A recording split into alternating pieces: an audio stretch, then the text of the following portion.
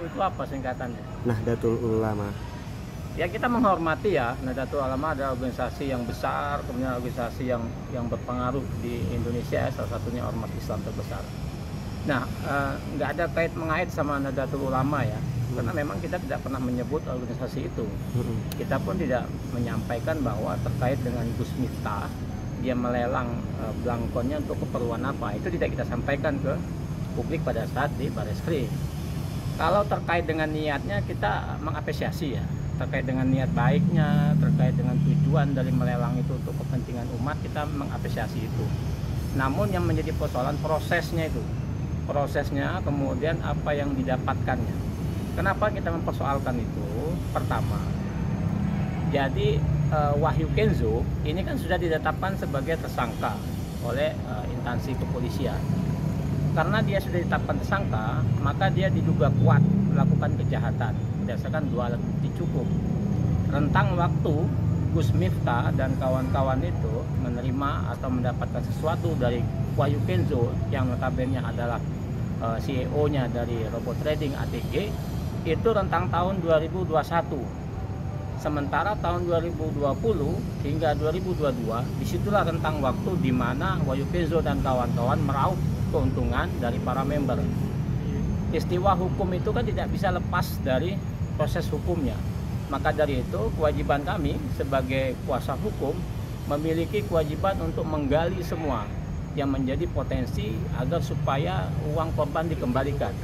Salah satunya adalah dari uang yang Wahyu Kenzo kasih ke beberapa public figure atau ke pejabat publik lainnya, itu harus ditelusuri. Siapa yang bisa menelusuri? Yaitu PPATK. Nah, kita sudah sampaikan surat ke PPATK. PPATK sudah menyampaikan ada 28 rekening yang diblokir dengan kerugian hampir 9 triliun. Nah, mungkin barangkali itu bagian dari tracing aset yang dilakukan oleh PPATK. Nah, persoalan itu yang harusnya publik mencerna dengan sebenar-benarnya. Kalau kita bicara terkait dengan tindak pidana pencucian uang, ini kan ada 2. Pertama, TPPU yang aktif, kemudian kedua TPPU yang pasif. TPPU yang aktif dia sadar ini adalah duit hasil kejahatan. Kemudian dengan uang itu digunakannya untuk beli aset-aset, kemudian dibuatnya perusahaan dan segala macam. Itu yang dilakukan oleh Wahyu Kenzo. Makanya Wahyu Kenzo bisa dikenakan dengan pasal 3 terkait dengan TPPU dengan ancaman 20 tahun. Kemudian ada yang kedua, yaitu TPPU pasif, di mana orang ini tidak mengetahui bahwa uang yang dia terima ini adalah hasil kejahatan. Tetapi uang yang dia terima ini tidak rasional, dengan jumlah yang tidak bisa dipertanggungjawabkan. Itu yang mau dikejar terkait dengan TPPU. Nah, karena dia tidak tahu, maka kita sampaikan supaya dia tahu. Sekarang pertanyaannya, 8 orang public figure itu apakah dia sudah tahu bahwa itu adalah uang dari Wahyu Kenzo dan merupakan hasil kejahatan? Kalau sekarang dia sudah tahu, maka dia harus punya kesadaran untuk datang ke Bareskrim dan menyerahkan uang itu. Karena bagaimanapun juga itu adalah hak dari para korban yang sudah memberikan uang investasi kepada Wahyu Kenzo. Kalau public figure ini tidak mengembalikan uang itu, maka dia dikenakan pasal 5 TPPU, yaitu tindak pidana pencucian uang yang pasif dengan ancaman 5 tahun penjara, kemudian dengan denda 1 miliar rupiah.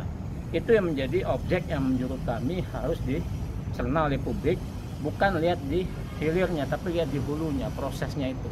Nah, kalau berpikir ini kan untuk ibadah, ini kan untuk membangun rumah ibadah, untuk kegiatan amal dan lain segala macam, itu tujuannya kita apresiasi. Bayangkan kalau seandainya para koruptor di negara ini dia mengambil uang negara, uang rakyat, kemudian uang itu sebagian dikasih kepada umpamanya tempat ibadah umat muslim ataupun umat agama lainnya. Apakah orang yang mengasih uang itu tidak bisa dipidana? Ya pasti dia bisa dipidana, itu akan menutupi, menghapus jejak kesalahan peristiwa pidana dia.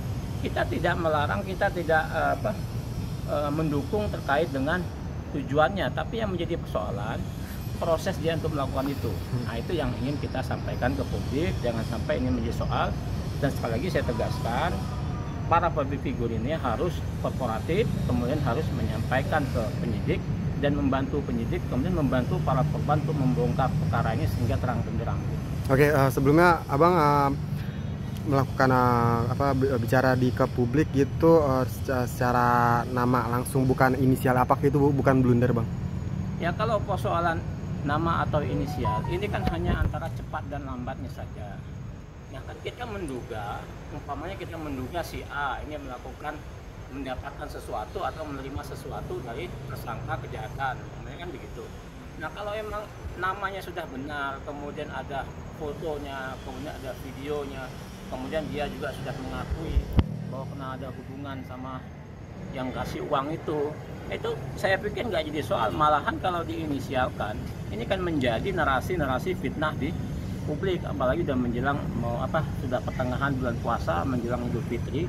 Maka hemat saya, ya bagi mereka yang merasa menerima hasil dari Wahyu Kenzo ini, ya kooperatif saja, sampaikan ke penyidik bahwa mereka tidak tahu kalau hasilnya kejahatan. Sekarang mereka sudah tahu, karena sudah tahu maka hemat saya sampaikan aja, dikembalikan kan begitu. Bang, terus untuk Gus Miftah kan itu dia melakukan hal kebaikan ya, seperti kita tahu ya. Kenapa nggak diingati dulu, mungkin kenapa langsung lapor gitu, Bang? Kalau untuk Gus Miftah sendiri ya, Bang. Terkait dengan proses melakukan tabayun ataupun melakukan klarifikasi.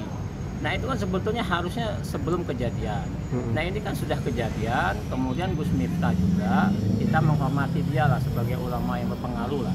Dia juga sebagai ulama yang memiliki pengikut umat yang begitu banyak, maka kita menghormati itu. Tapi kan lagi-lagi harusnya memang seorang public figure kan memberi contoh yang baik. Kalaupun dia tidak tahu, paling tidak dia menyampaikan ke publik bahwa niat baik, ya menurut hemat kami uang itu harus dikembalikan, atau paling tidak belangkonnya harus disita sebagai alat bukti, karena bagaimanapun juga apa yang disita oleh Barreskrim itu kan menjadi alat bukti di persidangan. Kalau itu jadikan alat bukti, itu bisa membantu penyidik untuk mengungkapkan peristiwa hukum. Maka dari itu menurut hemat saya nggak ada persoalan, bukan berarti harus diingatkan terlebih dahulu. Dan ini kan prosesnya sudah lama dan nggak ada hubungan sama Nahdlatul Ulama, karena kita tahu nggak pernah mengaitkan ke sana. Tapi kalau publik menyampaikan ada hubungan sama NU dan segala macam, itu narasi di luar yang menurut kami bukan persoalan arus yang kami bahas. Tapi yang abang tahu gitu, hubungan Kenzo sama Gus ini tuh apa sih awalnya, gimana kok bisa sampai ada hubungan kerja? Kita nggak tahu persis ya apakah mereka ada hubungan pertemanan khusus atau tidak. Tapi sepanjang bukti yang kita telusuri, Gus Miftah sama Wahyu Kenzo kan pernah seperti konvensi pers lah berdua di publik menyampaikan terkait bahwa belangkonnya dibeli oleh Wahyu Kenzo dan lain segala macam. Nah dengan dasar itu yang kita sampaikan ke penyidik bahwa kita menduga uang yang dikeluarkan oleh Wahyu Kenzo untuk kepentingan membeli lelang itu adalah uang korban. Kenapa uang korban? Karena kejadiannya rentang waktu tahun 2021, di mana proses robot trading itu dimulai. Maka dari itu patut diduga bahwa itu adalah hasil kejahatan yang merupakan upaya dari Wahyu Kenzo untuk menutupi kejahatannya. Gitu. Karena justru sebagai public figure, apalagi dari kalangan ulama, itu harus mencontohkan yang baik ya Bang ya, bukan dari uang haram. Yang baik, kemudian memberi pandangan yang baik kepada masyarakat untuk lebih berhati-hati. Maka hemat saya dari awal kita sampaikan, public figure tidak mesti harus dipanggil oleh penyidik Barreskrim. Langsung saja datang, besok bisa, lusa bisa, hanya menyampaikan klarifikasi bahwa mereka ketidaktahuan, sekarang mereka sudah tahu, maka dikembalikan uangnya. Atau nanti bisa disita seperti belangkonnya apa segala macam.